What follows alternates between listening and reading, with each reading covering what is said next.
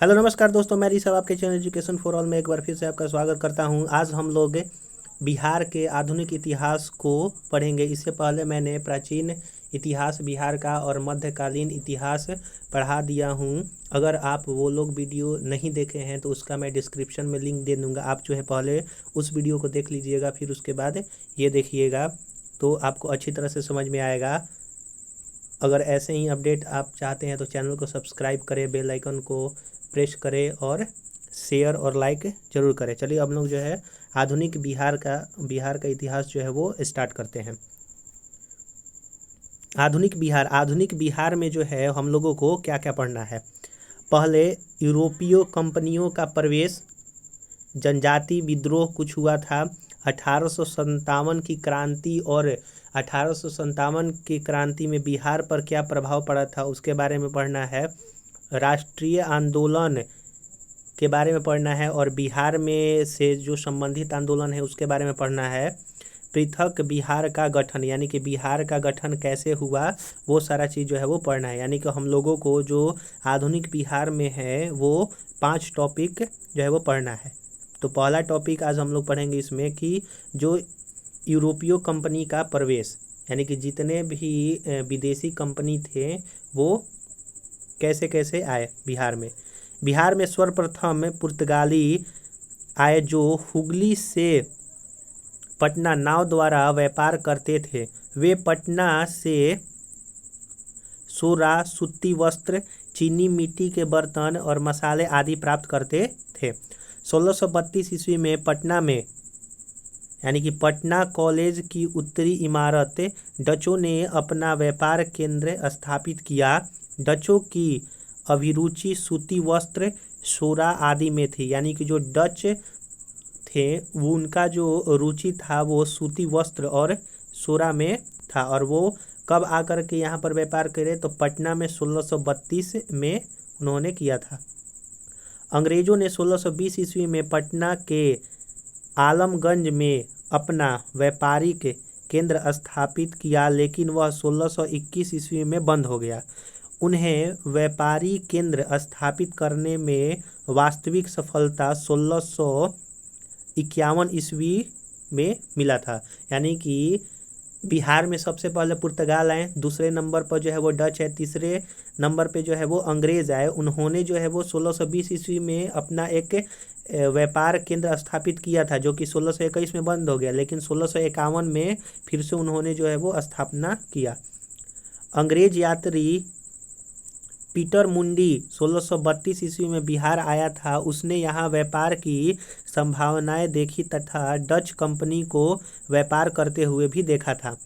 अंग्रेजी कंपनी की फैक्ट्री में वर्तमान में गुलजार बाग पटना स्थित गवर्नमेंट प्रिंटिंग प्रेस एवं सर्वे कार्यालय जो है वो स्थित है।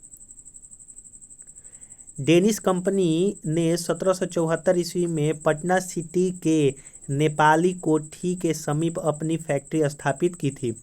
मुगल शासक फर्रुखसियर जो कि 1713 से 19 ईस्वी तक था, उसने 1717 ईस्वी में अंग्रेजों को भारत में कहीं भी व्यापार करने एवं सिक्के प्रयोग करने की मान्यता दी। इस घोषणा को ईस्ट इंडिया कंपनी का मैग्ना कार्टा कहा जाता है। यानी कि मैग्ना कार्टा जो है वो ईस्ट इंडिया कंपनी का मैग्ना कार्टा किसको कहा जाता है, जब फर्रुखसियर ने यह 1717 में ऐलान कर दिया कि अंग्रेज जो है वो कहीं भी भारत के किसी भी कोने में जा कर के अपना जो है व्यापार कर सकते हैं, तो उसी को 1717 के फैसला को जो है वो ईस्ट इंडिया का मैग्ना कार्टा कहा जाता है।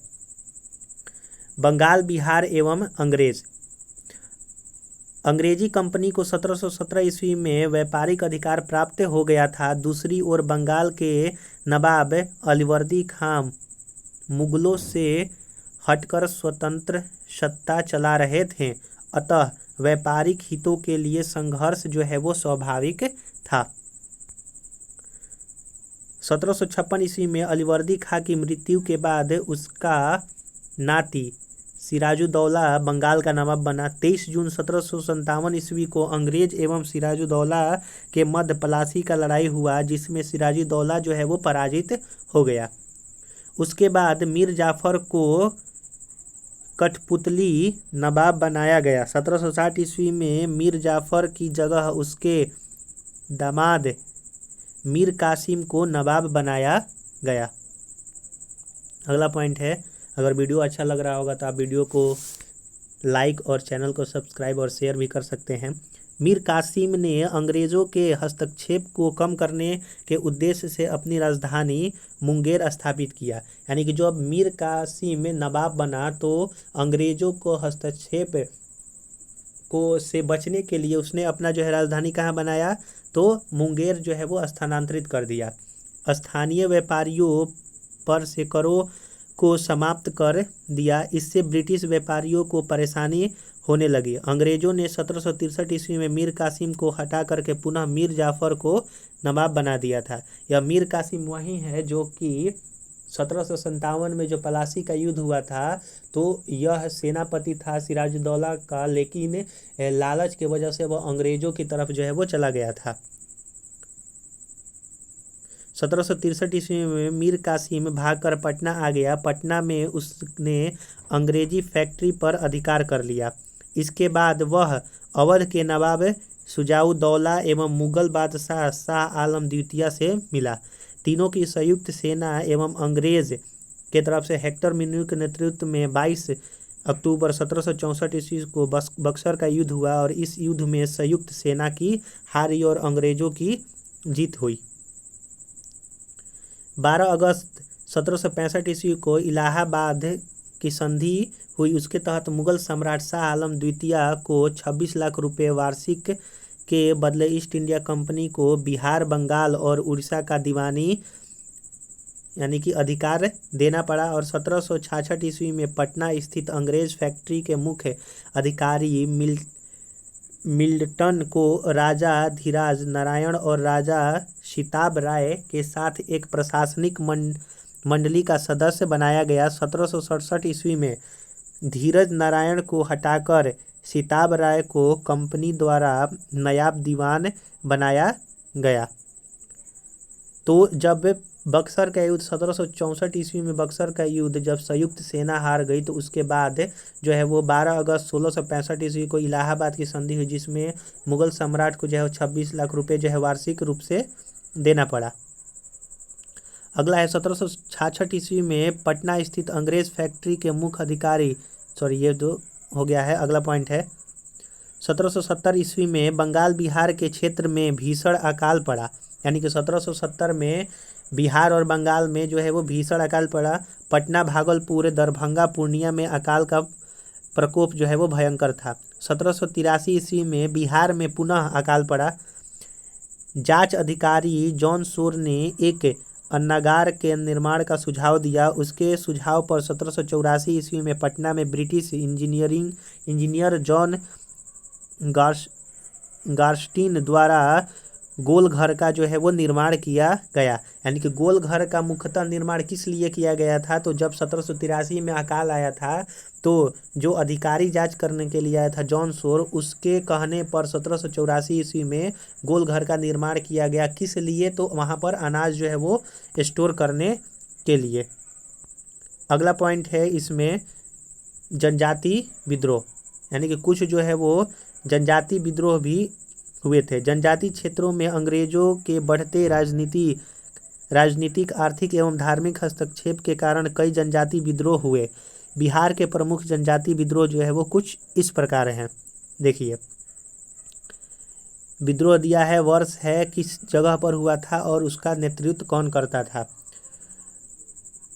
तमांड विद्रोह 1789 से 94 के बीच में छोटा नागपुर में हुआ और इसमें जो है नेतृत्वकर्ता का नाम जो है वो उसमें नहीं दिया हुआ था।